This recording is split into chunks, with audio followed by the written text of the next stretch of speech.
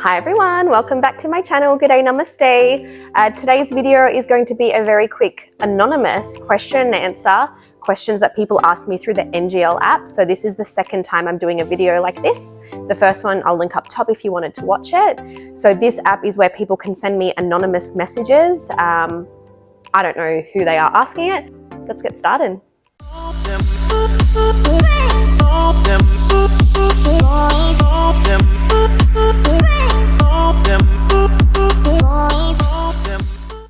All right, number one, weirdest trend I've ever done. I would have to say probably all of the crash dieting I did when I was younger. Not even when I was younger, even just a few years ago during COVID, I did intermittent fasting, and all of these different sorts of crash dieting trends, clean eating, keto, low carb, high fat, intermittent fasting, they contributed actually to an eating disorder.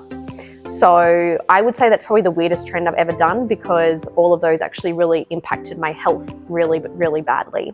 Number two is my last Instagram search. So it's actually this gossip journalist page that I follow on Instagram, and I'm in a Facebook group of theirs. It's about Australian reality TV shows and their stars. So I just looked them up because I really like looking at their gossip, because I don't really get time to watch a reality TV, and it's a little bit hard for me to get here to watch the Australian reality TV, so I like to look at their page for all of the updates.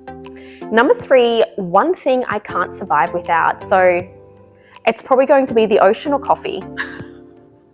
So, oh gosh, that's actually quite hard, because then it's obviously also Sunil and my dogs. But if I'm talking about like non-people or breathing things, then I would have to say, yeah, probably coffee. I have 2 or 3 cups a day. I drink it every single day, and I have drunk it every single day for like, I don't know, over 10 years. My parents used to own a cafe, so I used to drink it a lot then.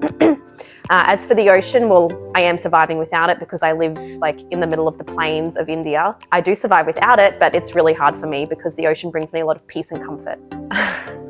I wasn't sure if I wanted to answer this, but I will, in a very diplomatic kind of response. So to those who don't know, this is actually a support group for people who are in relationships or married to mostly Indians or Southeast Asians, so Pakistanis, Sri Lankans, Nepalese, Bangladeshis, that sort of thing.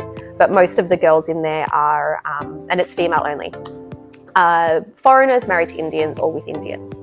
So yes, I can see how this does happen a lot. I feel like people try and use it as a safe space to try and vent out. And if I've learned anything from living in India, it's that you do need to be able to express some problems and issues you have within the culture, because it's different. It's very, very different to Western culture. And you need to have a safe space to vent about those things, because sometimes we can't always vent about those things to our spouses because it's their culture and it can be quite offending to them. But by doing it to people who are in similar situations, it can be quite comforting to know when other people are going through the same sort of situations or have gone through the same sort of situations before. But in saying that, most recently there has been a kind of increase in posts that have probably been a little bit negative, but I think it's just more so people's way of venting everything out that they want to get out.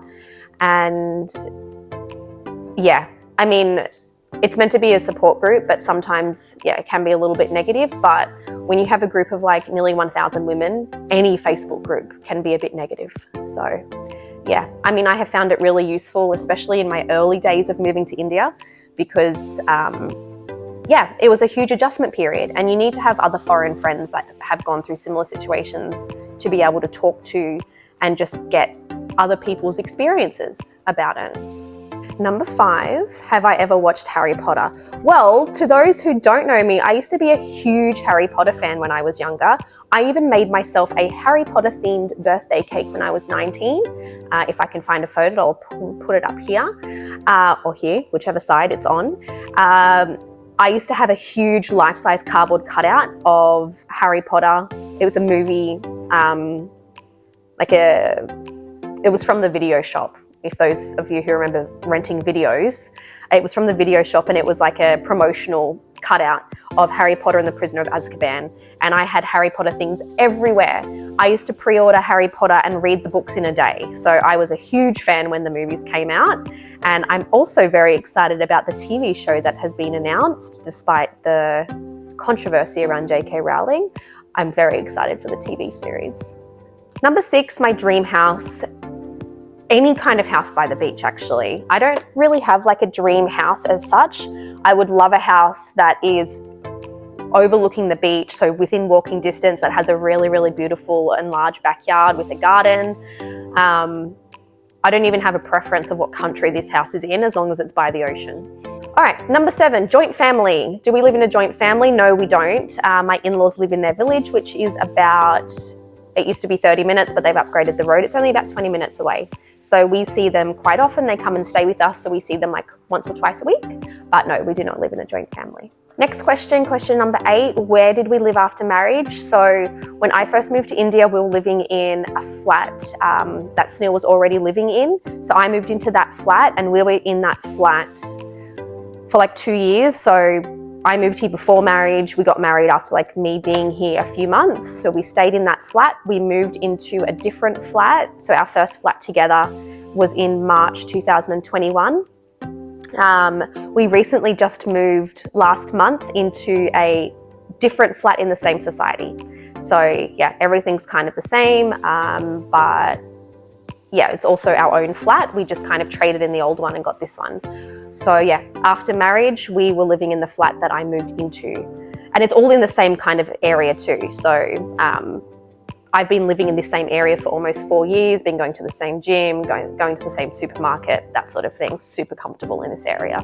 I saved this one for last because I think it's a little bit hard for me to answer. I'm not very good at giving myself compliments, and I'm actually doing like, well, I haven't done it in a few days, I'm doing like a 21-day self-love challenge, and in a way to try and like be more kinder to myself. So I put this one in here because I think it's a nice way to try and remind myself of my strengths and qualities. I love that I'm a really strong person. I might cry off the top of a hat, but I have been through some really, really hard times. And even moving here and adapting and adjusting, I'm constantly adjusting to so many situations and learning, and it's making me stronger, and I am quite strong. And I think that it's taught me a lot of life lessons, and for the most part, the things I've gone through haven't made me a bitter person. Like, I could be extremely bitter about life in general, but I've worked really hard on myself the last couple of years to turn that negativity around and not be such a bitter person. So I think if there's one thing that I love about myself, is that it's my strength. Okay, everyone, thank you for watching. That is Q&A questions answered from the anonymous Q&A app NGL. If anyone has any questions, feel free to write a comment. If you have any further questions about what I've already answered, yeah, feel free to ask. Obviously, if I'm comfortable answering, I will. But other than that, I will see you next week.